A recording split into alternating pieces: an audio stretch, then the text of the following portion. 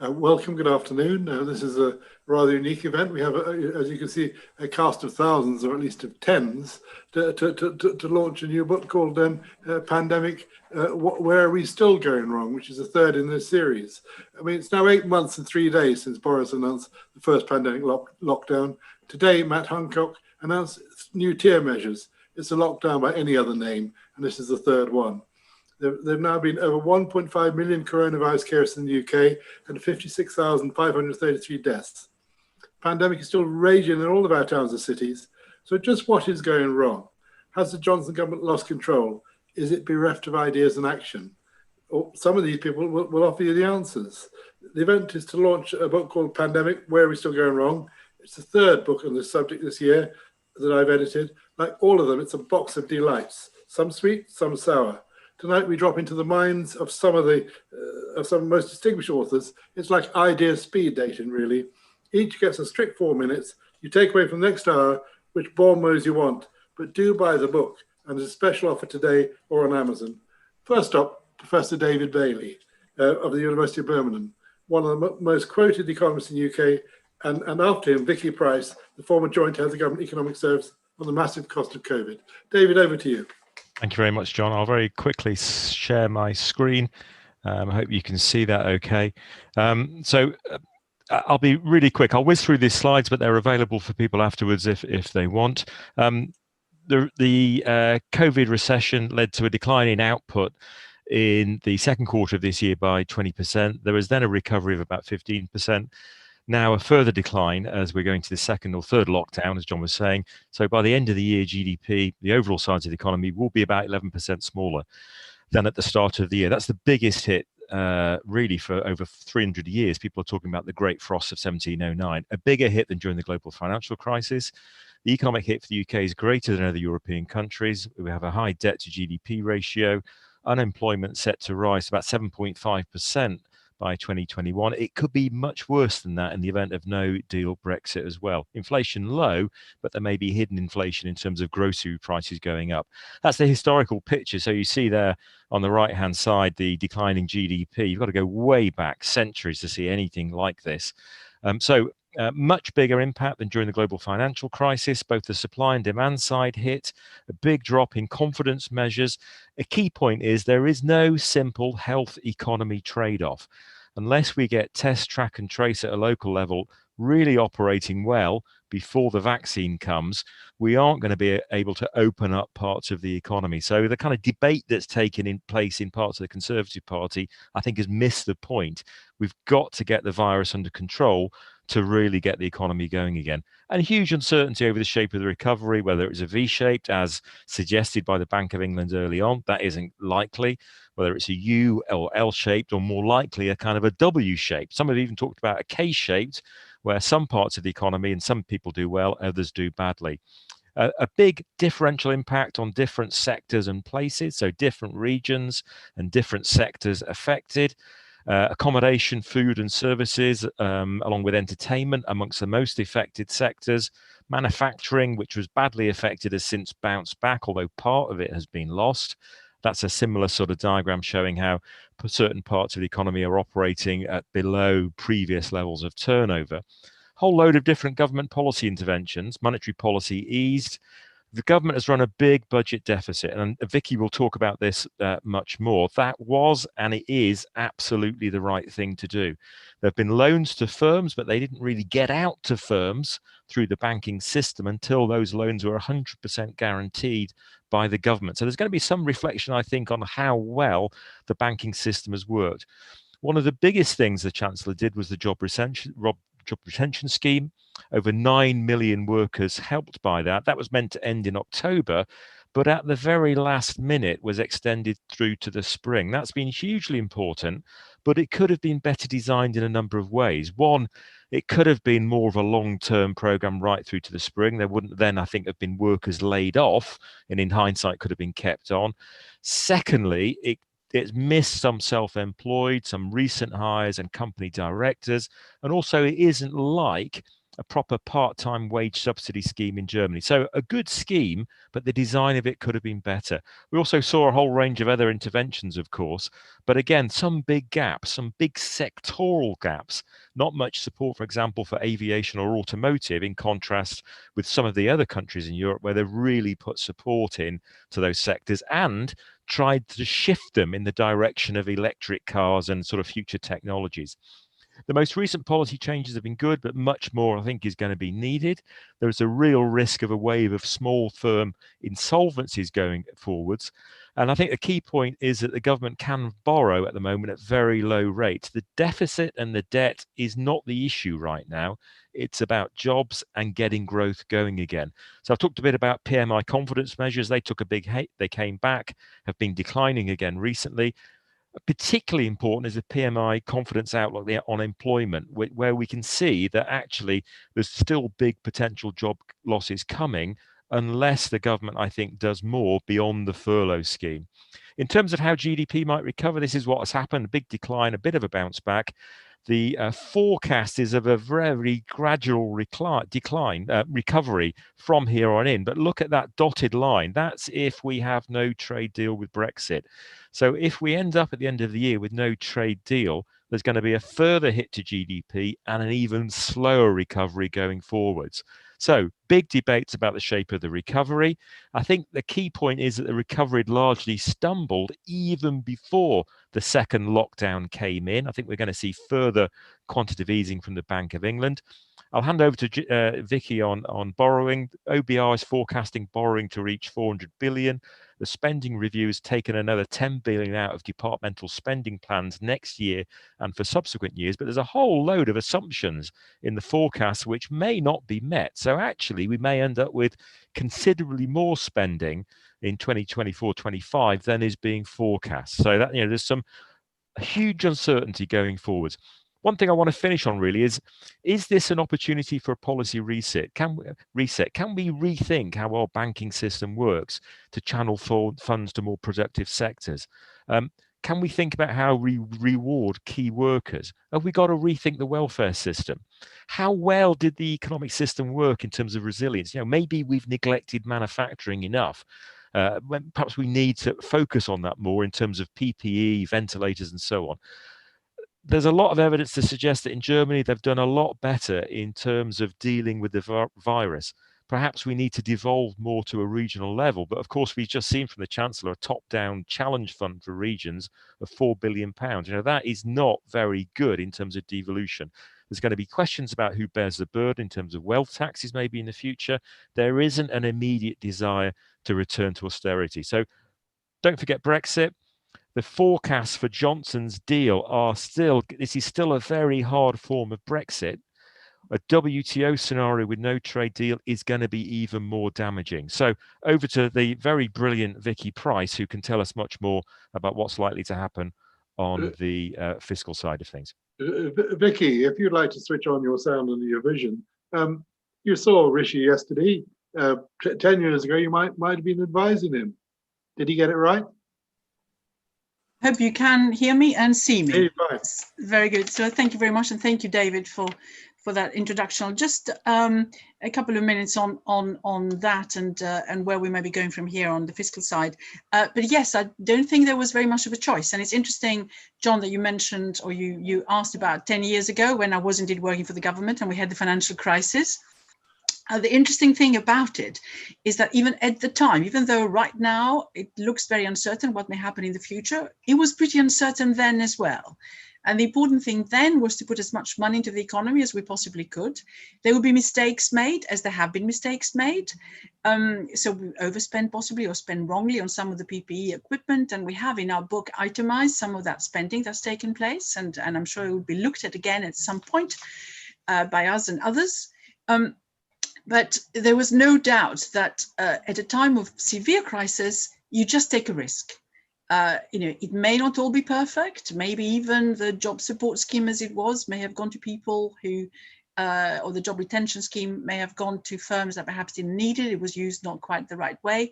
But you cannot take chances really when you just don't know how you're going to how you're going to get out of it, and also what happens in the rest of the world, because this is a pandemic that has affected others just as much as affected us, even though we were slightly later in terms of the lockdown, and therefore the cost to us has been greater.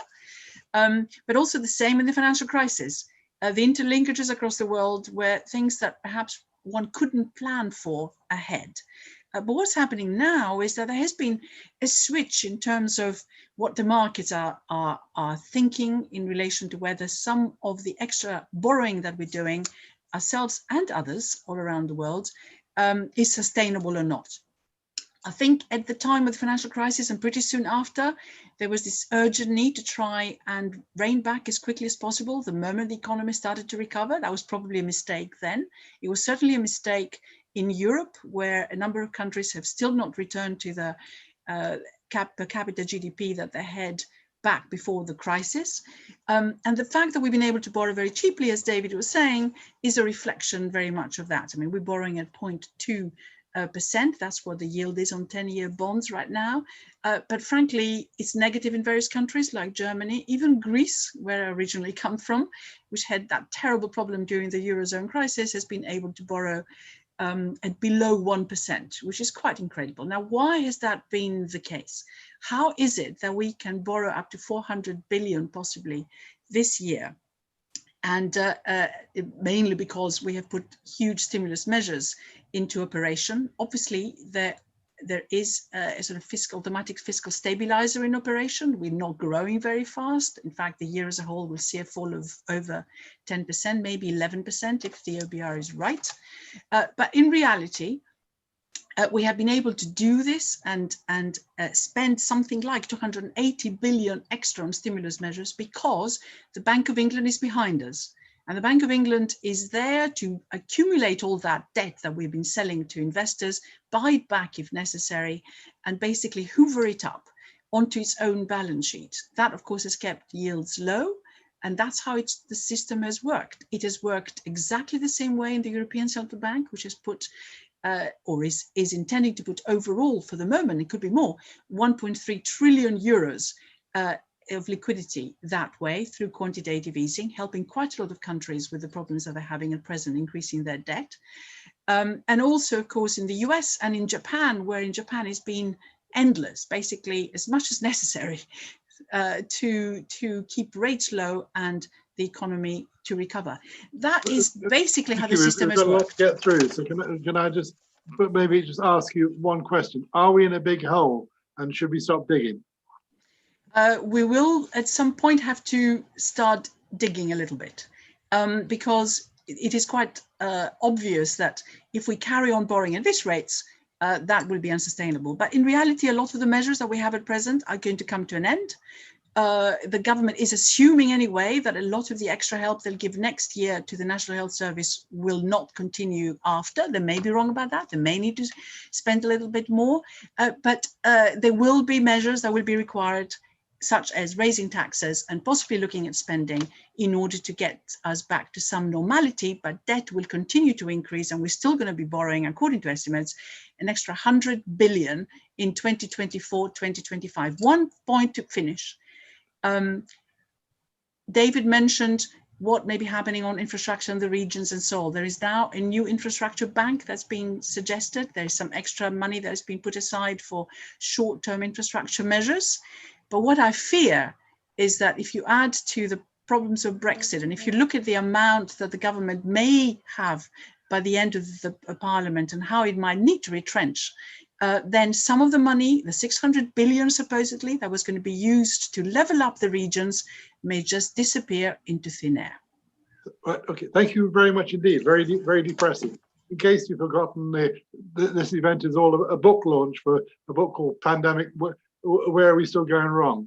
Now, the next speaker is from the University of Oxford, is Dr. Alex Connock, who unfortunately is teaching today, as university academics have to. So instead of which he recorded his contribution yesterday about algorithms. Over to you, Alex. Hi everyone, I want to make the case that the UK's coronavirus underperformance is actually just one stark example of a much bigger problem, which is a national operating system, which is missing vital 2020 system upgrades.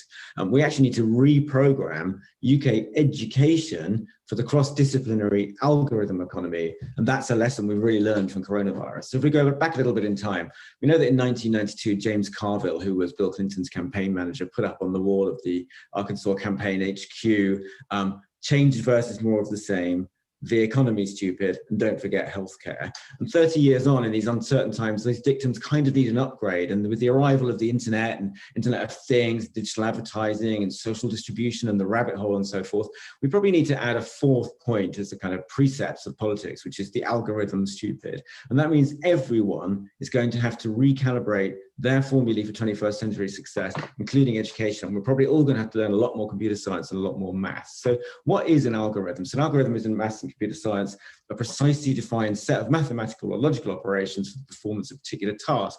And algorithms are all around us now. And data processing, automated reasoning, myriad other dimensions of every waking minute of your life. There are hundreds of them on your iPhone every time you pick it up. Now, COVID-19 wasn't an algorithm, but combating it required algorithms across the board in myriad ways, from mapping viral spreads to designing vaccines. And as Tom McTague in The Atlantic put it, if almost all countries failed, Britain failed more than most. So why was that? Well, the reason was that there's a fault in the UK operating system. It all starts with how we organise our education, which is on very faculty-specific grounds, very suited to the 20th century and not the 21st or even the 19th century in many cases. Around the UK today, academics are off to work, whether in person or on Zoom, in universities with distinct faculties and buildings and canteens for each discipline, which is each discipline critical to the UK economy, like maths, media, medicine, business, engineering, computer science, and so forth. The academics are teaching distinct fields to hundreds of thousands of students on focused degree courses. They're publishing research in peer-reviewed journals, they're working at separate conferences, and they're vigorously hoarding that intellectual airspace around their subjects with the laudable aim of professional excellence. But the versions of the world that we're not only teaching, but which many of our universities are actually designed architecturally to represent by the way their buildings are organized, and the business world is concomitantly similarly structured, are actually being played out in parallel universes to what's actually happening in the world. Because computer science matters today, not instinct, not who you knew at Oxford, not some punchy Latin quotes that you might remember from your classics degree or misremember, not even your elite civil service training. It's the algorithm that matters. The algorithm is the Rosetta Stone to understanding not just, say, the media or business, but also politics, the health system, drones, cyber warfare, medical research, real warfare, climate farming, and many, many more categories. And yet to many of those students that we're teaching, all of those who don't study computer science or maths, we're not even teaching this algorithm economy at all. So can we fix it?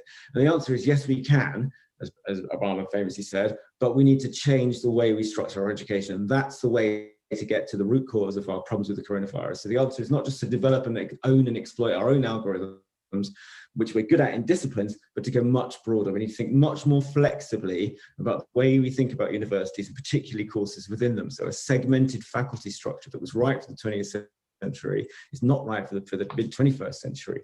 We need to be crossing faculties on a daily basis, in media and computer science, medicine and engineering, maths and English, and so forth.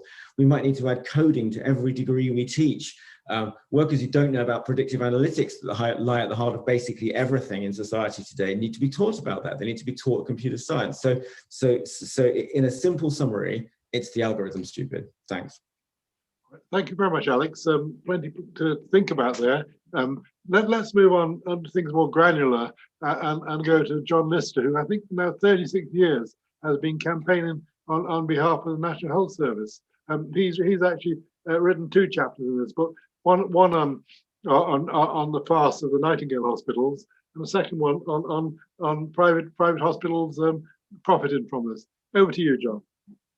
Thanks, John. England went into lockdown with too few frontline hospital beds, too few intensive care beds, too few staff, especially intensive care specialists, and too limited range of equipment.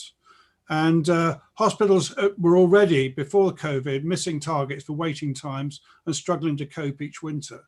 And this was made worse in March when NHS England began a mass evacuation of over 30,000 patients to free up beds for COVID patients and to enable staff to be transferred to COVID care and ICU. This was the start of the large-scale disruption of non-COVID care that's driven up waiting lists and waiting times in the NHS. And social distancing has also impacted on NHS hospital capacity, reducing the numbers of beds in wards and bays and reversing some of the changes in recent years which had tried to pack more patients in to limited space, especially in winter months. Now, with hospital NHS trust capacity reduced in this way, it was always going to be difficult to regain previous levels of performance once COVID pressure relaxed. But between the first and second peaks of COVID, NHS England began to threaten financial penalties for hospitals that couldn't resume previous levels of routine, elective and emergency services. Now, by contrast, the private hospital sector has been cosseted and pampered from very early on. While other countries requisitioned private hospitals or nationalised them, NHS England's initial 14-week deal to block book up to 8,000 private acute hospital beds at a total cost of £1.6 billion guaranteed the private sector cost recovery for its services, including operating costs, overheads, use of assets, rent and interest. And that obviously includes reimbursing their landlords. So they were taking no risks, but they were being extremely generously rewarded from the public purse. The irony is that most of the private beds that were booked this way remained unused, with only equipment and staff transferred to NHS hospitals. Thousands of private beds lay empty. Now, we still don't know exactly how many of those beds were paid for and how many of them were actually used by the NHS. We only have a snapshot view of September, when we had one group of figures which showed just 2,300 of the 8,000 private beds actually had NHS patients in them. From the end of May, private hospitals were freed up to start taking paying customers again in beds not needed by the NHS. From July 31st, NHS England told local NHS bodies it was up to them and not national decision to make sure that they made full use of the beds that had been made available and the £3 billion that had been set aside to pay for them. And in October, the news emerged after some period of negotiations of a 4-year framework agreement worth up to £10 billion, which set up a pre-approved list of private hospitals offering extra capacity for NHS trusts seeking to cut waiting lists. Now, the problem is that there are only so many professional staff to go around. So expanding private hospital capacity means reduced capacity in the NHS. The private hospital capacity sector, of course, has been exultant over the outcome of the pandemic. They're convinced they've now got their feet under the table in the long term for deals with the NHS. COVID has allowed the private hospitals to pose as saviours rescuing the NHS, and for at least 4 years will be taking substantial extra share of NHS funding to cover elective caseload. The independent, so we've got to pinch ourselves to remember this is the same private sector that trains no staff, offers no emergency treatment, runs mostly tiny hospitals geared only to low-risk elective care, and which relies heavily on the NHS to supply intensive care and emergency care when things go wrong. So we've now got NHS with beds now below 100,000, running into a winter crisis and money being now funneled out in large quantities to private hospitals. For the NHS, this is a major setback. For the private hospitals, it's a triumph. They stand to win out either way, whether patients join NHS queues or opt to pay up and go private instead. Thank you very much, John. We owe you an apology. David Bailey forgot to share his screen, so you didn't see his wonderful charts. What we might do is put them on the end of this recording, or if you'd like to write to David, he'll let you have them. Once again, this is a book launch. The book is Pandemic, Where Are We Still Going Wrong? Now, President Trump, remember him? He refers to it as the China virus, or the Chinese virus all the time. That's been his shtick for the last year, and he's been ignoring it. Andrew Beck has been looking at Trump and the Chinese virus. Over to you, Andrew. Okay, this will be a high-speed journey through some of Trump's changes this year, from the pendulum president to viral Trump to patient POTUS, and finally to the squatter-in-chief. If there's one thing about Trump that's consistent, it's his very inconsistency, his willful contrariness. While he's perfectly happy using the rhetorical weapons of racism, misogyny, and nativism, they're only the verbal behaviours of an over-entitled narcissist who never experiences any pain, swinging from one firm position to its exact opposite. When Trump attended the January 2020 World Economic Forum, he was positively blasé about COVID-19. It's one person coming in from China. We have it under control. He made no attempt to blame China for the outbreak and was privately full of admiration for Xi. His personality is incredible. His strength, his mental and physical strength is great. But then the pendulum president swung into action. On 16 March, Trump tweeted, "The United States will be powerfully supporting those industries like airlines and others that are particularly affected by the Chinese virus." Then 3 days later, at a White House press conference, Trump repeated the phrase. A sharp-eyed Washington Post photographer present captured a candid picture of Trump's printed script. He'd taken his favorite black Sharpie, struck out Corona and substituted it with Chinese, turning coronavirus into Chinese virus. Despite his public use of Chinese virus, behind the scenes, Trump maintained convivial relations with Xi. But come May, something happened. Privately, Trump maintained that Xi knew what he was doing combating the virus, but publicly he swung onto the offensive. With approval ratings falling, disgruntled former administration members publishing their own memoirs, and his own brand of spiff capitalism thoroughly exposed, Trump decided to bet the House on mobilizing and orchestrating anti-China sentiment to win a second presidential term. He moved from panda hugger to panda mugger and then to panda thugger. Only one sentence into his 22 September address to the virtual United Nations General Assembly, Trump proclaimed, "We are once again engaged in a great global struggle. We have waged a fierce battle against the invisible enemy, the China virus." He accused China of false reporting about COVID-19, controlling the WHO, polluting the world's ocean, overfishing other countries' waters, and a rampant disregard for the environment. In stark contrast, Xi adopted a statesman-like tone in his address and spoke about a united global struggle against the virus, his concern about developing nations, the agenda for sustainable development, the need to face up to economic globalization, the need for a green revolution, China's support for the UN, and a promise to share China's vaccine with the world, by implication in opposition to Trump's America First doctrine, a case of viral Trump versus green Xi. History will judge various countries' leaders not by what they said about COVID-19, but by brute statistics. Total deaths per country are one index of success or failure in dealing with COVID-19. A sharper guided deaths per 100,000 head of population.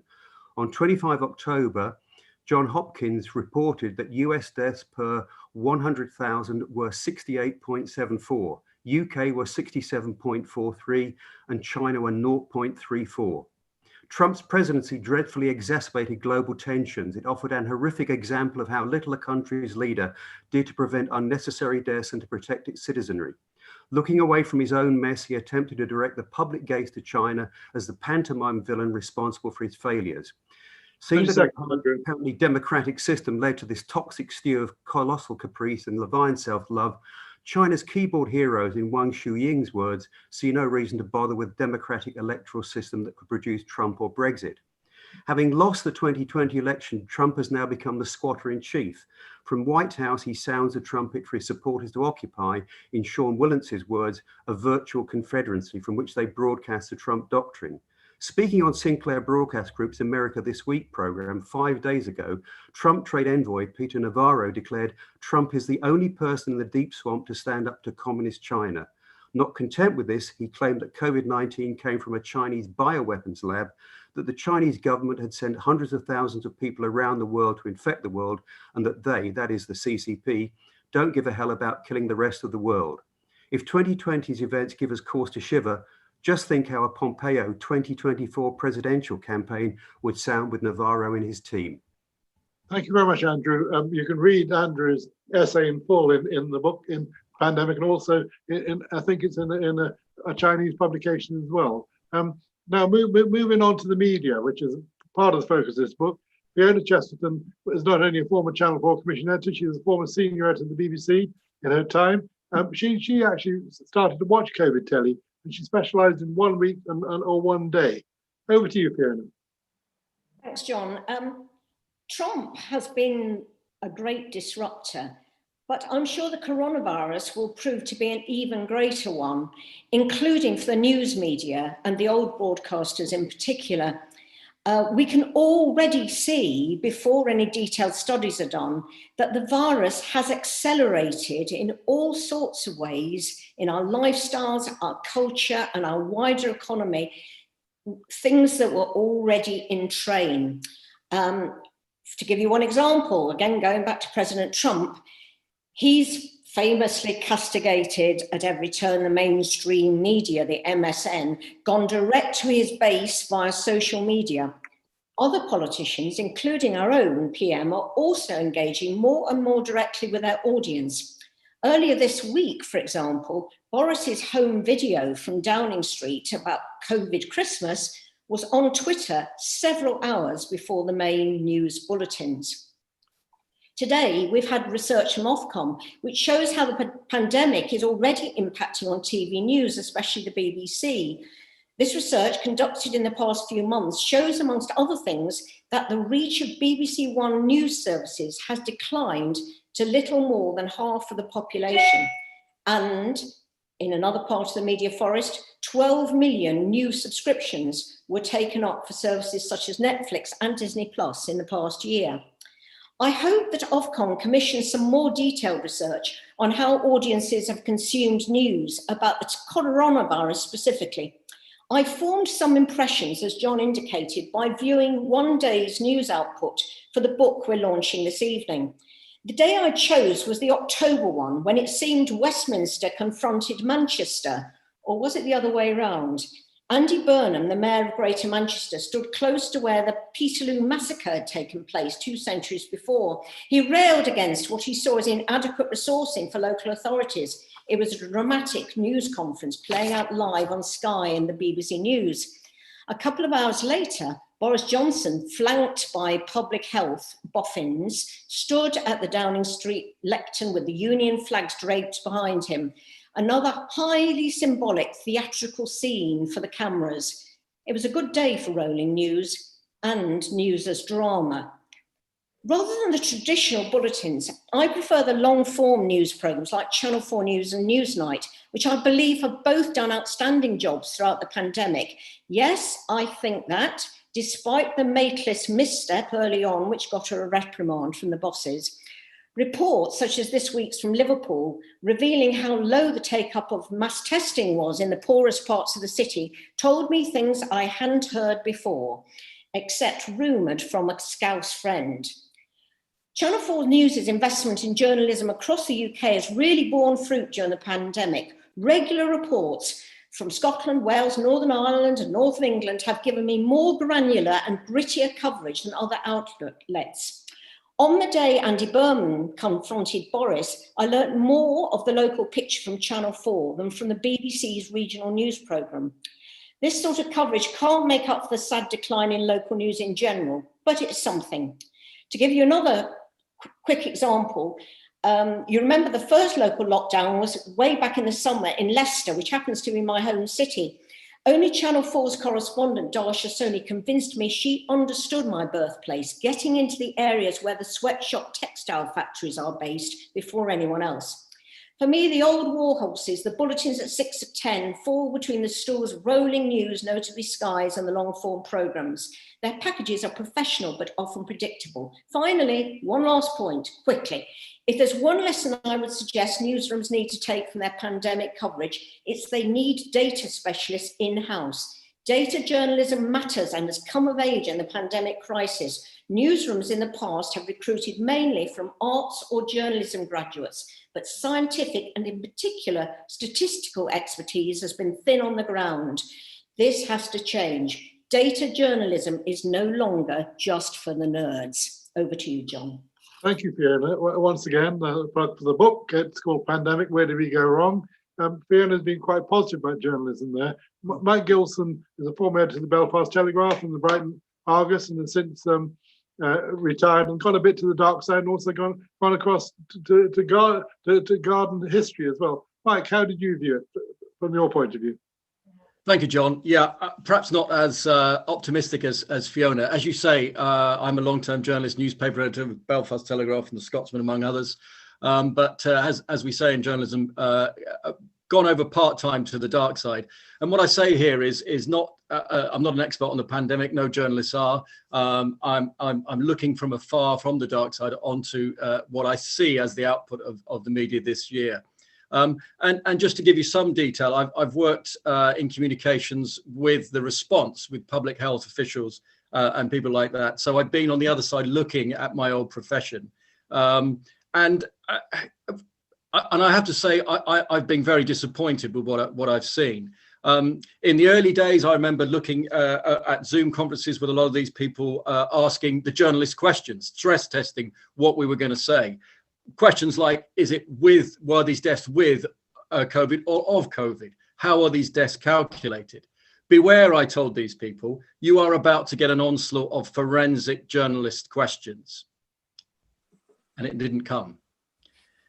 We found out, for example, that it was academics, for example, who revealed that the death total that were 28 days after people left hospital could have been someone hit by a bus. That was academics who told us that, not journalists. We didn't really hear anything. John was talking about the Nightingale hospitals. There wasn't really any analysis about why there was hardly anybody in those hospitals from our media, by and large. We didn't hear anything that we were preparing for about the flu spike of 28,000 excess deaths in 14-15. No context came in those early times of our response, of the media's response to this crisis, which obviously was a crisis. And when those questions didn't come in, it seemed to me that the media had adopted wartime mode. And I'm talking World War I here, that they were going with the government narrative. And when two journalists in very high organizations told me that their bosses had said that they didn't want people poking around, that this was a public health crisis and that we should carry on and give the messaging. To me, the definition of journalism is poking around, and that really worried me. And I think the default mode for the media in those early days was to go to their algorithms, to go to their online audiences, to go to their social media. Sentiment was easier than asking the tough questions of response and what this thing was about. It wasn't so much, I mean, when you saw those pictures of the lady filming guys in a park on their bikes in 77 degrees during the first lockdown, and the lynch mobs that came online, and you saw that became a news item. You saw that we were getting raw emotion and tragedy instead of analysis. And I think when I look at the response of the press, that's really what I see. I'm not a BBC basher, but I think by and large, given one or two exceptions, the BBC went with the national mood, so to speak. 3 weeks ago, a BBC journalist was in a hospital ward and asked a nurse to tell the people on screen what she would say to those who did not believe it was a lockdown. The nurse answered how she obviously would do.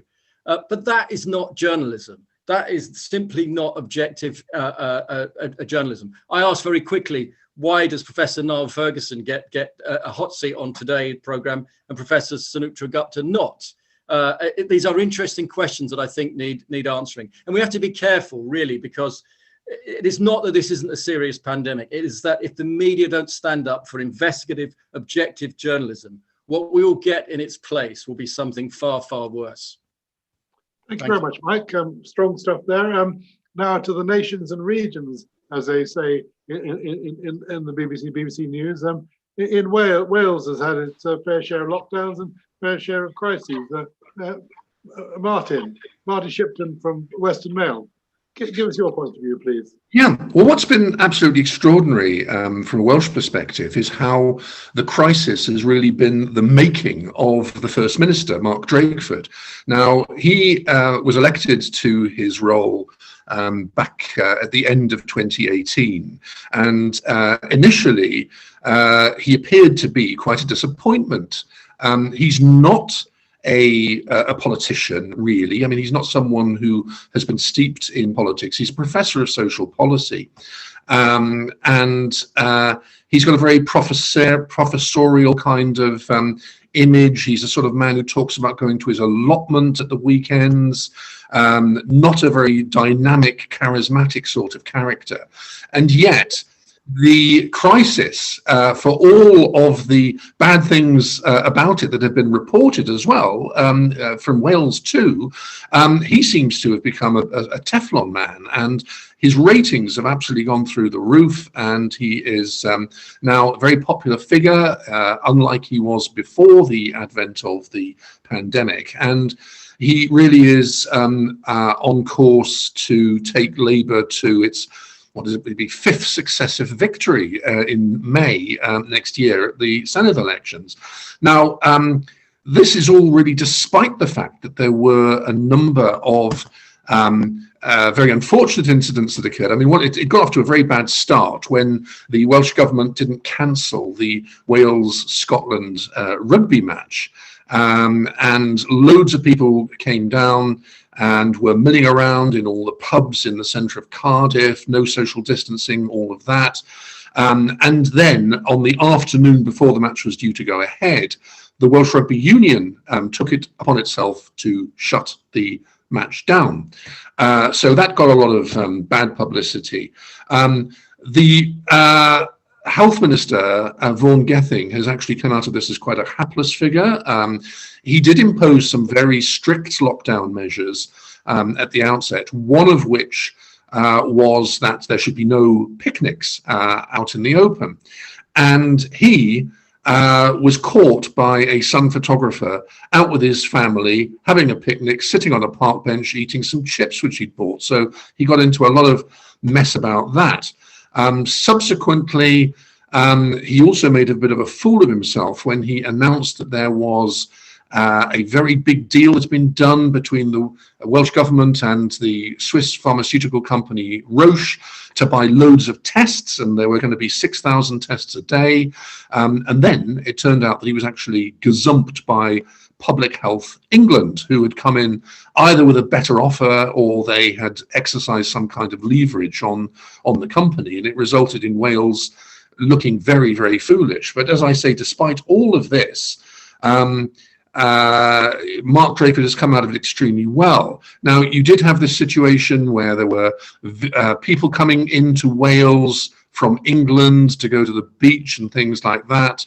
That didn't really work very well. There were Welsh vigilantes going around harassing English campers, saying, "What the hell are you doing?" People were coming into England saying, into Wales saying, "Boris has told us we can come," and stuff like that. Loads of stories like that. But again, none of it seems to have actually taken the sheen off Mark Drakeford's impressive image. So he's got this sort of grandfatherly tone with him, and it's all been really quite remarkable to see how someone who was seen as a bit of a political loser has actually become a successful politician and is riding high. That's my 5 minutes, I think. Thank you very much, Martin. Fascinating. Now, one of the heroines of the pandemic has, of course, been Nicola Sturgeon, who day after day, week after week, has been trumping Boris Johnson. She gets things out in advance. She's there day after day. John Ferguson from the Sunday Mail. Is wee Nicola everybody's heroine? Hi, John. Thanks very much. So when the BBC correspondent Sarah Smith suggested in June that Nicola Sturgeon was enjoying the opportunity the COVID-19 pandemic had presented, she was rebuked furiously on social media, not least by the Scottish First Minister herself. But the SNP leader surely can't be blind to the huge, albeit paradoxical, advantage that she's gained in the polls over what had been shaping up to be a really difficult year for her. Sturgeon began 2020 with her party facing a catalogue of scandals in health, education. There was loads of internal issues, not least Alex Salmond's trial for a string of sex offences for which he was ultimately cleared. Meantime, Boris Johnson started the year on an unbridled high, having won a snap general election and allegedly having got Brexit done. All of this was, of course, blown away by the emergence of COVID-19. But what is incredible is the different directions that the two leaders have been blown in. While Boris's popularity slumped, Sturgeon is on an all-time high. She's been forecast to win a crucial Holyrood election in May by a landslide, and support for Scottish independence has for the first time in history been consistently above 50%. But does Sturgeon deserve this fortunate position based on her deft handling of the COVID-19 crisis?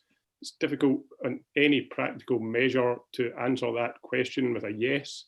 Scotland's had one of the worst per head death counts in the world, with over 5,000 fatalities. Both nations locked down late, and both leaders missed a slew of Cobra meetings in the run-up to the crisis. Johnson 5 and Sturgeon 6. Both have presided over catastrophic failures in care homes where around half the deaths have occurred.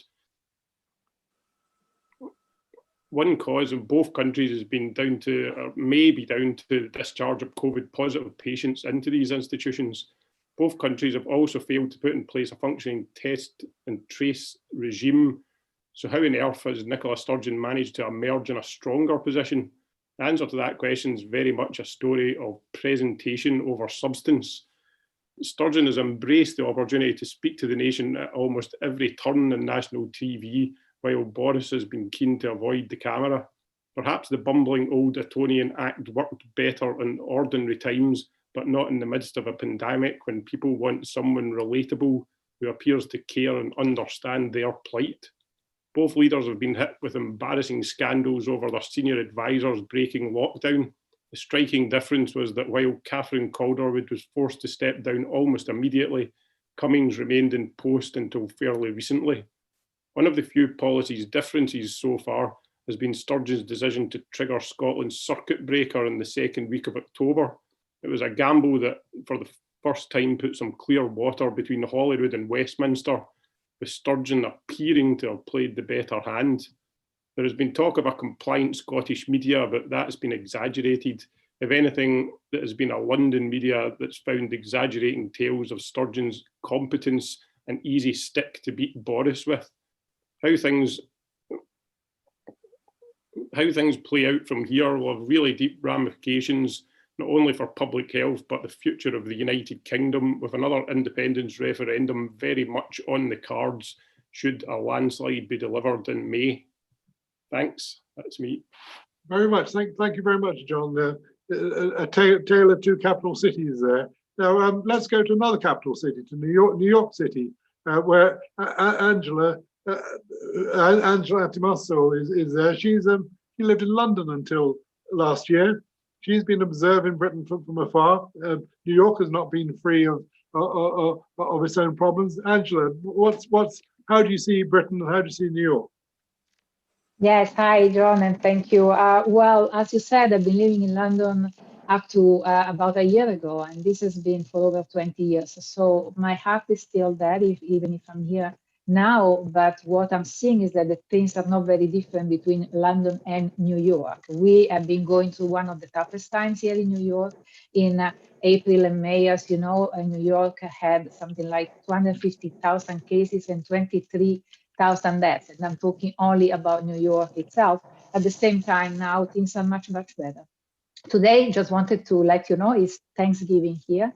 And on a lighter note, today we have the Macy's Parade. It will be the 94th annual Macy's Parade. But for the first time, this is not really happening with people, with viewers, with celebrations and nothing.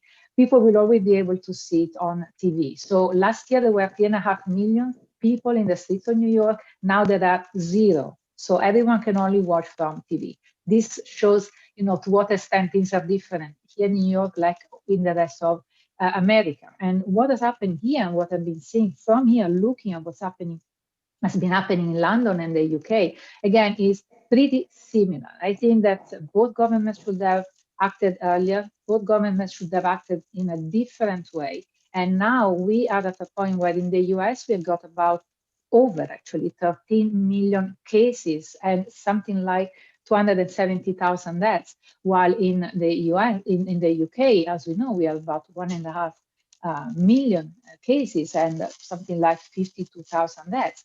Now, if we look at this data by a million people, the UK has still got a higher toll, is 838 deaths per million people. because as we know, the US is about 5 times the population of the UK, while in the US is about 810 deaths by million people. It's huge numbers everywhere. I am Italian, and we know that Italy is not doing much better at all. Actually, things are very bad everywhere.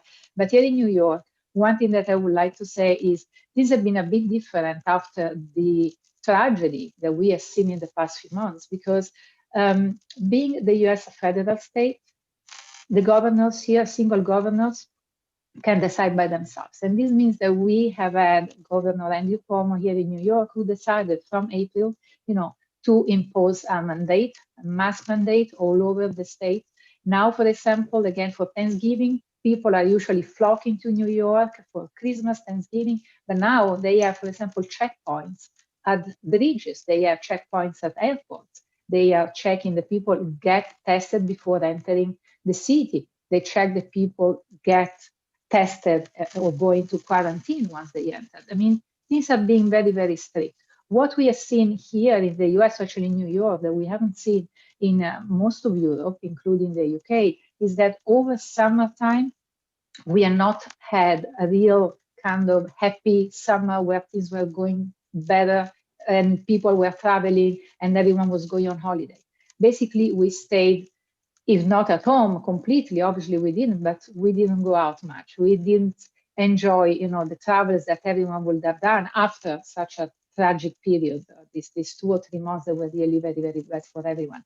And let's think about it, this is all due to the fact that restaurants, theaters, schools, now schools have closed again, for example. And the reason is that this Thanksgiving and the next couple of weeks, so, on the lead up to Christmas will be just the make it or break it for New York, and try to understand if things are going to get worse or if we are still kind of holding like we've been doing now. One message I have for my dear friends in the UK, I've seen lots of things happening and I really hope things will go better in the UK, in my beloved London. And I just hope that, we can see again a new Britain. So please, let's make Britain great again. Thank you very much, Angela. The COVID is not just a theoretical subject, as we've been hearing, or a media subject. It's actually a real subject. People have died, people's relatives have died. Akul Ahmed, who hopefully we'll be able to see, who is former head of religion in both the BBC and in Channel 4. Your personal experience is you lost your father. Can you tell us about that? Yeah, hi. Thanks, John, for the invitation. Yeah, my dad. It was very quick in that sense, in the sense that basically I got a phone call from my brother on a Sunday evening around about midnight. My dad had symptoms since Thursday, and went into hospital Sunday evening. And by Wednesday morning, he passed away. It was that quick, and he was 84 years old, but he was very fit and active. But he lived in what at the time was one of the epicenters of COVID. He was in Bolton, in Greater Manchester. So the whole family got it. He got it. There's nothing we can say really, because a lot of people have died from COVID, but it does make it real. It makes you realise just how real this is when it touches you like this. Why did it affect multi-generation Asian families, British Asian families, so badly? Well, I mean, my brother's family is a classic example. So, the fact my dad and my mum, before she passed away, they live in the family. It's my dad's house. My brother's taken over the house. He lives there with his kids. So you've got my 18-year-old nephew. You've got nephews and nieces in their 20s. My brother, my sister. Then you've got all the things around. So basically, with regards to diverse communities, particularly with Asian communities, they do live particularly in these multi-generational households where a few of them live together. They live in areas where lots of relatives, not in our case, but in other people's cases, because of migration, they live with lots of people from the relatives from back home, etc., living nearby. So they're constantly mixing with people, even within lockdown. There's still an element of mixing because they live together so closely. So this is and of course, socioeconomically, there are issues as well with regards to where some of those people may be working. They're not all of them are working in jobs where they can be sat at a computer. They're actually in public facing roles where they're actually meeting people and working in shops or in public services or whatever that may be. Who do you blame for your father's death? Well, I don't actually blame anybody in the sense that actually, because, you know, I got to be honest with you, you know, the NHS was fantastic in terms of my sister's a GP, and we were kept up to date, and she was allowed in to be with my dad right at the end as well.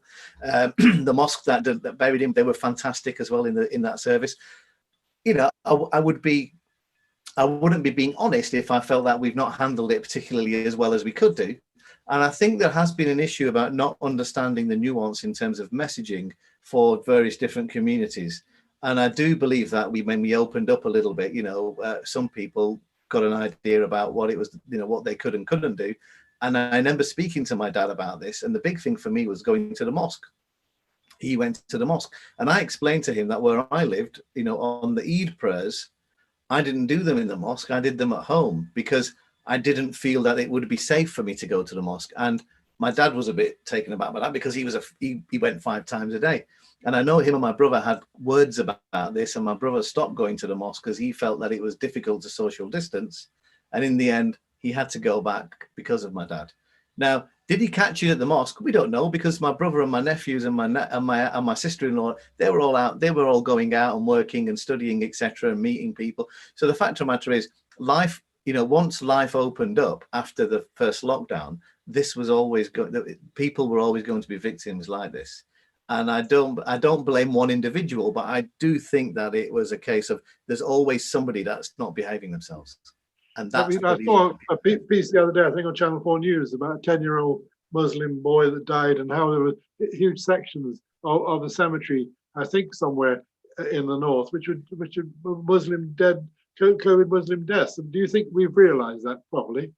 Well, it's been mentioned. I mean, if you watch Sky News in particular, I think they've been fantastic on this. But then again, I would also say Channel 4 and BBC News have been really good in terms of coming up. It took them a while, but eventually they got round to the whole story of the BAME issue with regards to COVID. I've seen some of those graveyards. I've seen some of those particular locations. I think the fact of the matter is, I think some people are not taking it seriously within BAME communities as well, but within every community across the whole of the country, they're not taking it well. They don't understand what they can and can't do. They think that it won't be for them. I know of cases of weddings where there's been hundreds of people at a wedding, and shock horror, loads of people have then got COVID after it. You know, my dad was isolating. The only place he went to was the mosque. Yeah. So what's your message? Sorry, what's your message to the British Muslim community about COVID as we move onwards? Well, I think you've got to remember as well, you know, they've been fantastic. Most of the religious communities have been fantastic. You know, Mecca closed down before football stadiums did, you know, so this is not something to be, this is not something trivial.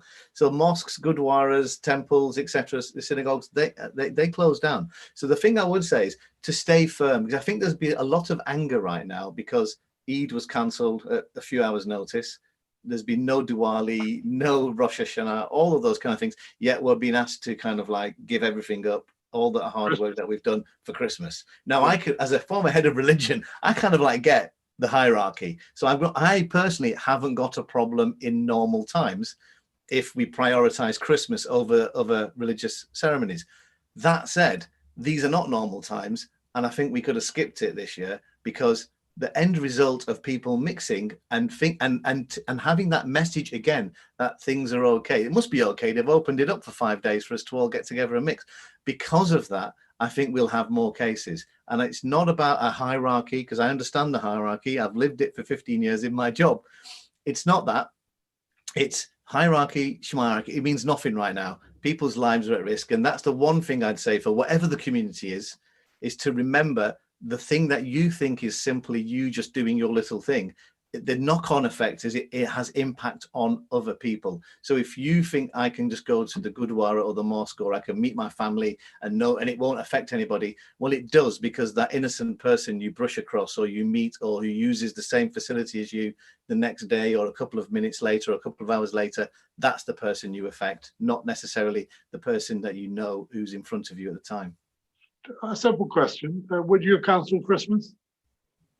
Would I have done it? Yes. I think that, well, it's not cancelling Christmas, is it? You can do Christmas. We didn't cancel Eid. Eid happened, right? Yes. It just happened differently. So in my opinion is, as I said, and remember this, with all the caveats of I know what the hierarchy is and I know exactly what the positions are and what I spent most of my time doing, which is Christianity-based programming. So I understand that. I just think the situation we're in now, I think celebrating Christmas but the message, giving the message across, getting the message across that says it's okay for a number of families to meet. It's okay to do certain things, etc., to have Christmas in that sense. I think that is a mistake. You can celebrate Christmas. You're just not going to celebrate it as you have done in the past. Remember, Muslims have not just had it's been two Eids where this has gone on. Yeah. So the fact of the matter of it, and with Sikh and Jewish community and with Sikhs, Hindus, Diwali is a big deal where I live. It was, not happening. So the fact of the matter is you can still celebrate it, because I know I was meeting Hindu people because of the work I was doing around Diwali, and they were all doing it at home. They're all dressed up, but they're all doing it in their home. And it's the same thing with Christmas. If you're religious, you know what it means. It's not about getting drunk and eating lots of food. If you're non-religious, it's this year. It'll be okay next year. But if you don't pay attention this year, the family that you sat around your table might not be there next year. Akhil, thank you so much for coming on at very short notice and for sharing that with us. Finally, just to say that the book we're launching today, if we could see the cover, is actually called Pandemic, Where Did We Go Wrong? It's a special offer today, available on Amazon. As you can see from the range of people you've seen today, some brilliant writing and thinking in it. But please do buy it, please. But finally, we missed out on David Bailey's slides because he forgot to share his screen. So what we'll do now is just let him play in his slides if we can, and you can take them as you like.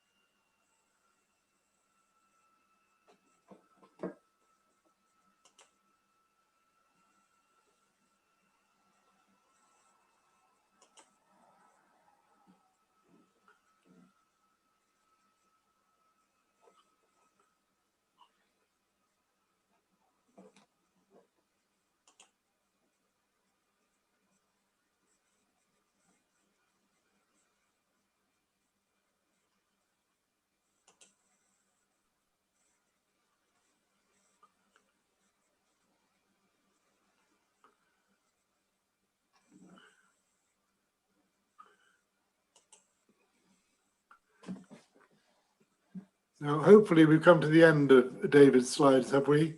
A few more, John. A few more, okay. Yeah, I'll be very quick.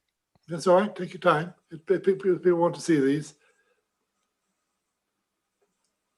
What I'll do is skip ahead to that's one showing the projections for GDP recovery and how a no-deal Brexit could have a further negative impact.